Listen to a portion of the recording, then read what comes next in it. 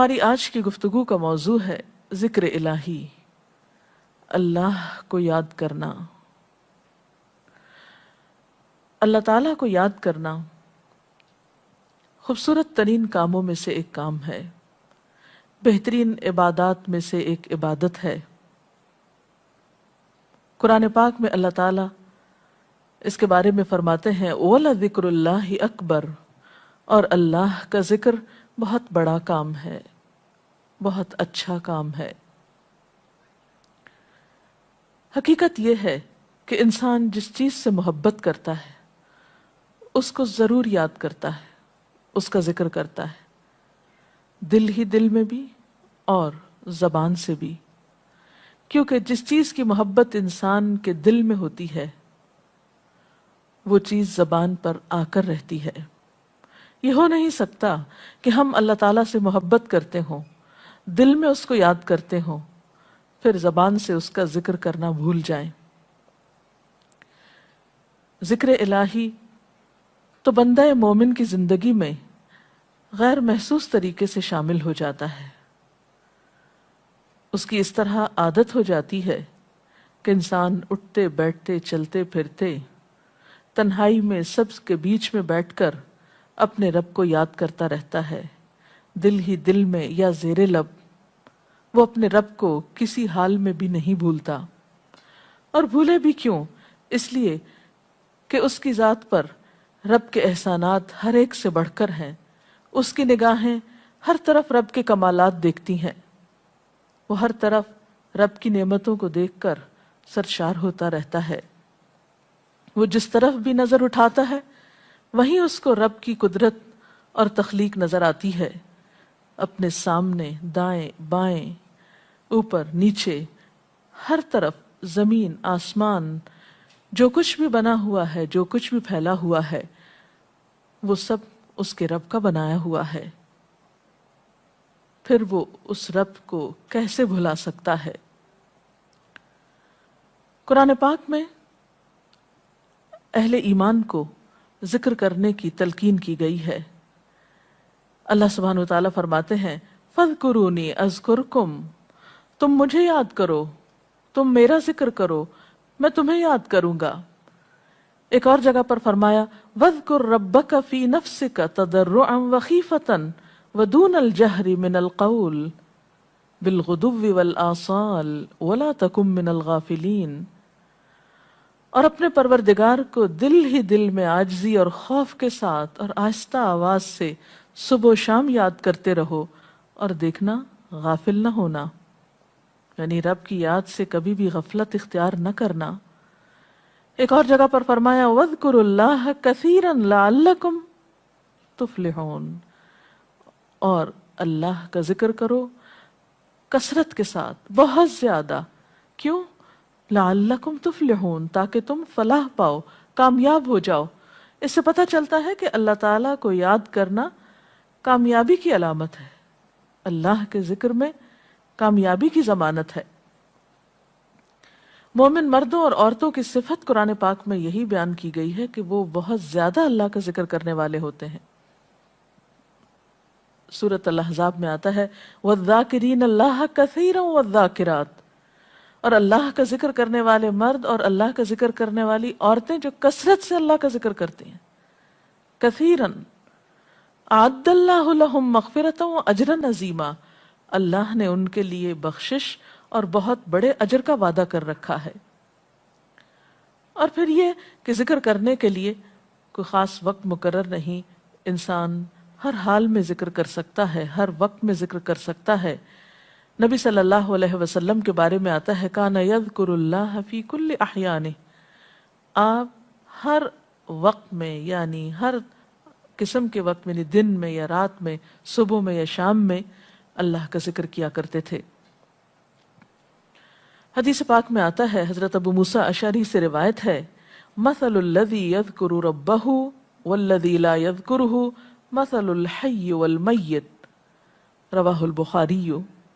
آپ صلی اللہ علیہ وسلم نے فرمایا اس شخص کی مثال جو اپنے رب کا ذکر کرتا ہے زندہ انسان کی طرح ہے، اور اس کی مثال جو اپنے رب کا ذکر نہیں کرتا مردہ شخص کی طرح ہے۔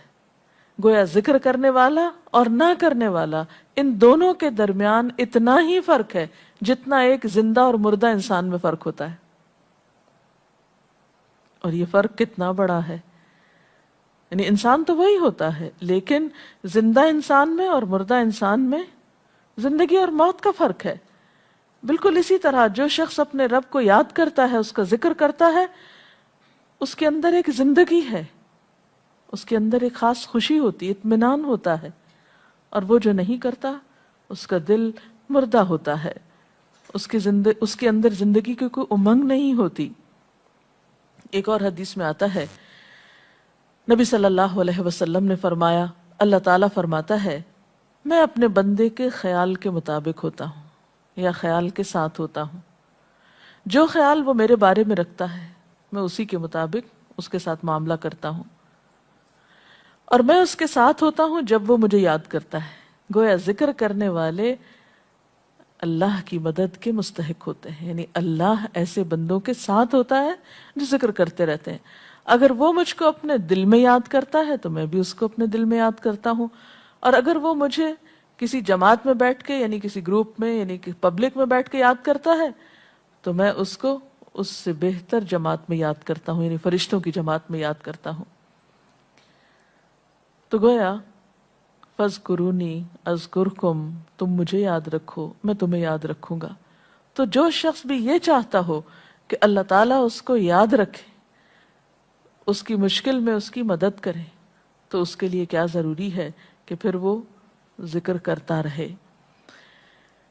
اور ذکر تمام عبادات کو خوبصورت بناتا ہے. مثلا روزہ رکھنا ایک عبادت ہے، لیکن جس روزے میں ذکر الہی ہو اس کا اجر و ثواب کئی گنا بڑھ جائے گا. حج ایک عبادت ہے بذات خود، حج کا سفر ایک عبادت ہے، لیکن اس سفر میں انسان اگر ذکر الہی کرتا رہے تو اسی حج کا ثواب کئی گنا بڑھ جائے گا. اور نماز تو سراسر ہے ہی اللہ کی یاد کا نام. اقم الصلاۃ لذکری، نماز قائم کرو میری یاد کے لیے. اللہ کے ذکر کا بہترین طریقہ ہے. ایک اور موقع پر آپ صلی اللہ علیہ وسلم سے جب یہ پوچھا گیا کہ سب سے اچھی نماز کس کی، سب سے اچھا روزہ کس کا، سب سے اچھا حج کس کا، سب سے اچھا مجاہد کون، تو آپ صلی اللہ علیہ وسلم نے ہر بار یہی جواب دیا کہ جو اپنے ان کاموں میں ذکر الہی کثرت کے ساتھ کرے. اور ذکر کرنے والے ہر میدان میں آگے نکل جاتے ہیں. حدیث پاک میں آتا ہے نبی صلی اللہ علیہ وسلم نے فرمایا مفردون سبقت لے گئے. لوگوں نے پوچھا کہ یہ مفردون کون ہیں؟ فرمایا وہ مرد جو کثرت کے ساتھ اللہ کا ذکر کرتے ہیں اور وہ عورتیں جو کثرت کے ساتھ اللہ کو یاد کرتی ہیں. اور یہاں آپ نوٹ کر رہے ہیں خاص طور پر مردوں کے ساتھ ساتھ عورتوں کا ذکر بھی ملتا ہے.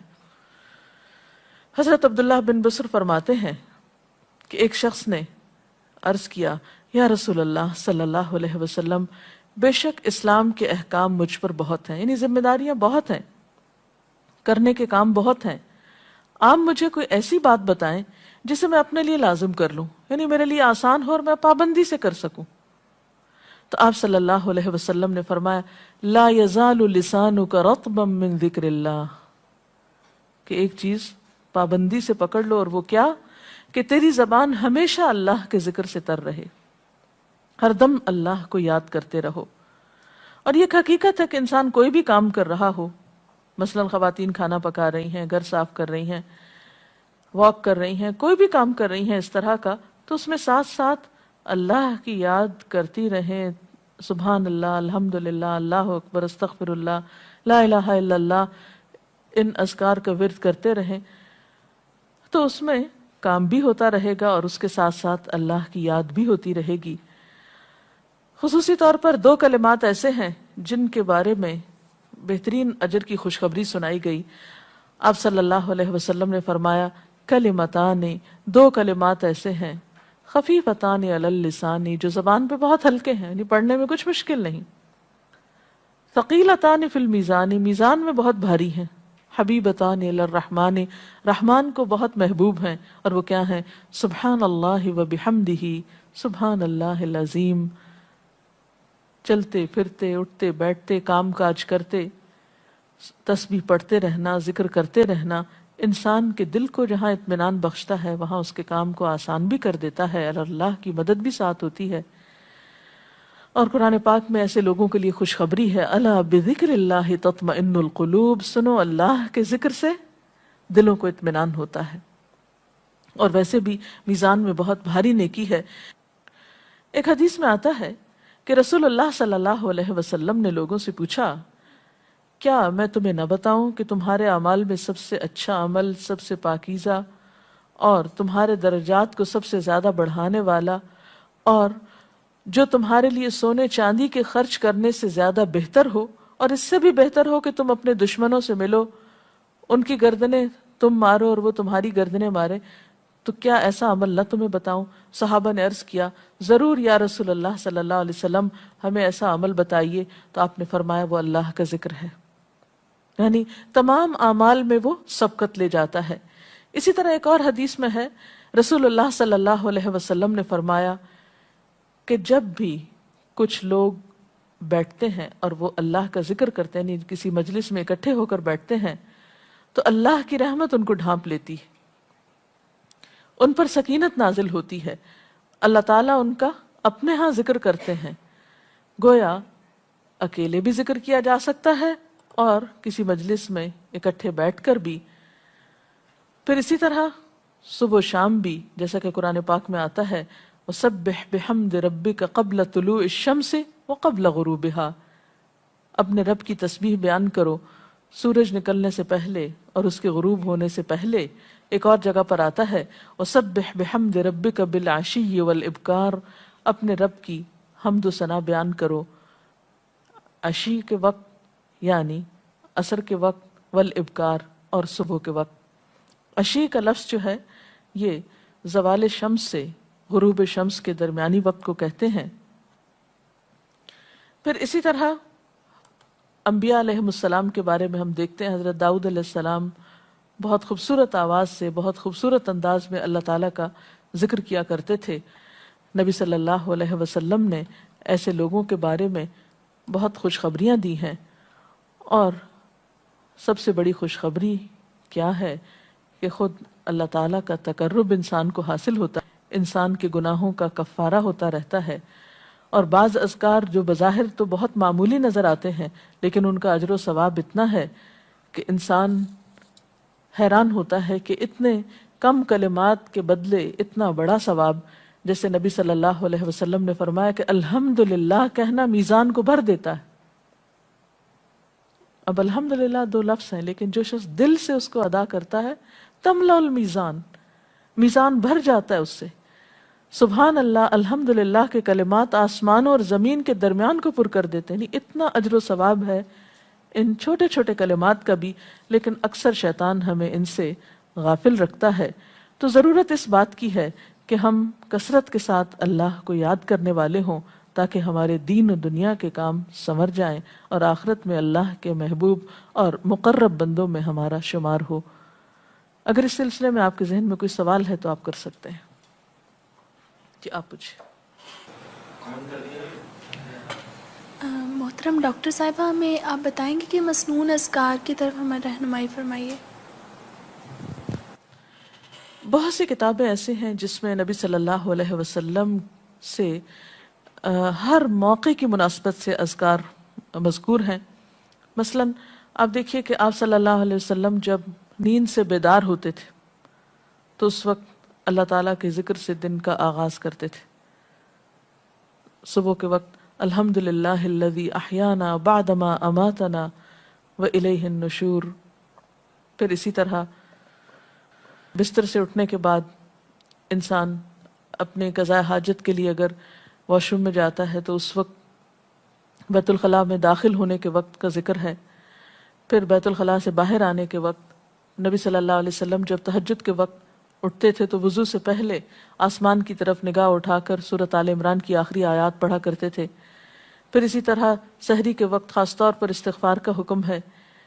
پھر انسان وضو کرتا ہے تو وضو سے قبل اور وضو کے آخر میں ذکر بتایا گیا، اور وضو کے آخر کا ذکر سبحانک اللہم و بحمدک اشہد ان لا الہ الا انت استغفرک و اتوب الیک کا اتنا ثواب بتایا گیا کہ ایسے شخص کے لیے جو پابندی کے ساتھ یہ ذکر کرتا ہے اس کے لیے جنت کے 8 دروازے کھل جاتے ہیں۔ پھر اسی طرح جب انسان گھر سے نکلتا ہے مسجد کی طرف جاتا ہے مرد حضرات، تو گھر سے نکلنے کے وقت کی دعا ہے، پھر اسی طرح راستے میں پڑھنے کی، پھر مسجد میں داخل ہونے کی، پھر مسجد کے اندر، پھر مسجد سے باہر نکلتے وقت، پھر دوبارہ گھر آتے ہوئے بازار سے اگر گزرتا ہے تو اس وقت کا ذکر ہے، پھر گھر میں داخل ہونے کا ذکر ہے، پھر اگر کچھ کھا رہا ہے انسان تو بسم اللہ پڑھ کر کھانے کا آغاز کرتا ہے اور الحمدللہ کے ساتھ پھر اختتام کرتا ہے، پھر اسی طرح چھینک آنے پر ذکر ہے، پھر مرغا اگر آزان دیتا ہے تو اس وقت کا ذکر ہے، پھر مؤذن کی آزان سن کر انسان اس کو جواب دیتا ہے، اس کے بعد کا پھر ذکر ہے، پھر اسی طرح انسان کسی کے ساتھ جب معاملہ کرتا ہے، کہیں وعدہ کر رہا ہے تو اللہ کو یاد کرتا ہے انشاءاللہ کہہ کے، پھر اسی طرح کوئی اچھی چیز دیکھتا ہے ماشاءاللہ کہتا ہے، کہیں استغفر اللہ کہتا ہے۔ تو بندہ مومن کی زندگی کا کوئی مقام اور کوئی موقع ایسا نہیں جس کے بارے میں نبی صلی اللہ علیہ وسلم نے کوئی نہ کوئی خوبصورت انداز کا ذکر نہ سکھایا ہو۔ حتیٰ کہ انسان شام ہوتی ہے تو پھر صبح و شام کے اذکار ہیں، پھر اسی طرح ہر نماز کے بعد کے اذکار ہیں، تسبیحات ہیں، پھر بستر میں جاتے وقت کی دعا ہے، پھر اسی طرح اگر آپ کسی بیمار کی عیادت کرنے کے لیے گئے ہیں تو اس وقت کی دعا ہے، اگر کوئی بیمار ہو جاتا ہے تو اس کے اوپر پڑھی جانے والی دعائیں ہیں۔ یعنی کوئی بھی زندگی کا گوشہ ایسا نہیں جس میں ذکر الہی کی طرف ہمیں متوجہ نہ کیا گیا ہو۔ اور حقیقت یہ ہے کہ انسان جب اس دنیا سے رخصت ہوتا ہے اور اگر لا الہ الا اللہ پر اس کی موت آتی ہے تو انشاءاللہ اس کے لیے بشارت ہے جنت میں جانے کی، لیکن یہ اسی وقت ہو سکتا ہے جب ہم اپنے عام حالات میں ذکر کے عادی ہوں۔ یہ نہیں ہو سکتا کہ عام طور پر ہم غافل رہیں اور اچانک موت کے وقت ہمیں یاد آ جائے۔ اور بات یہ ہے کہ جس خیر پر انسان دنیا سے رخصت ہوتا ہے اسی پر پھر قیامت کے دن اٹھایا جائے گا، اس لیے ذکر کو اپنی عادت میں شامل کر لینا چاہیے۔ جی آپ